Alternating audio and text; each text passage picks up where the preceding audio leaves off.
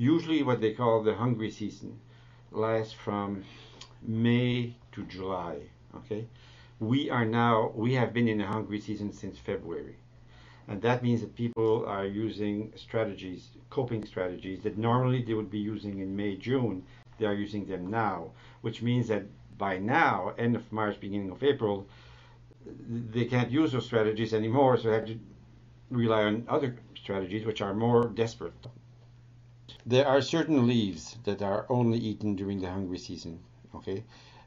Because they have a very, very bitter taste, and you only resort to eating those when the granaries, the family granaries, are empty or emptying. So that's it. When people have started eating this, you know there's a problem. Niger has the unenviable geographic situation of having but a tiny portion of the country that is arable and that has good rainfall, good soil, and that can provide surplus food. So it has always had varying degrees of food insecurity and food security problems, but then it had 5 million people, or it had 8 million people, and now it has 15 million people. So there's the encroaching desert, there's the climate change, which makes the rainfall vary enormously from year to year and from place to place. So for all of these reasons, Niger is into a cycle, I'm afraid, of almost perpetual food insecurity, which will vary from year to year in amplitude only, but you can count on having food security almost every year.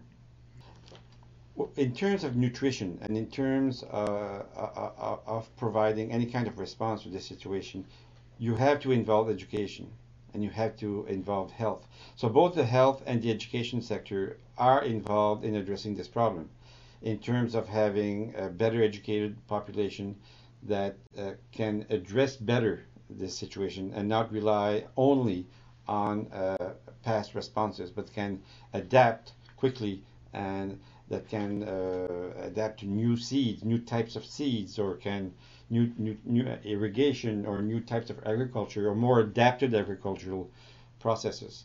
So if you have better educated people, you have also people who are much more in tune with certain criteria for better healthcare for the children, better nutrition.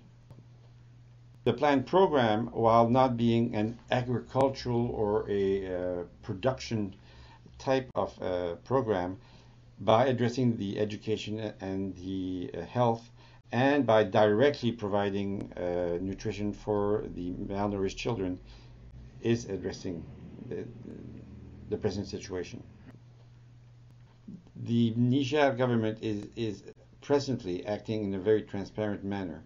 We have been given access to the food stock, the national food stocks, okay?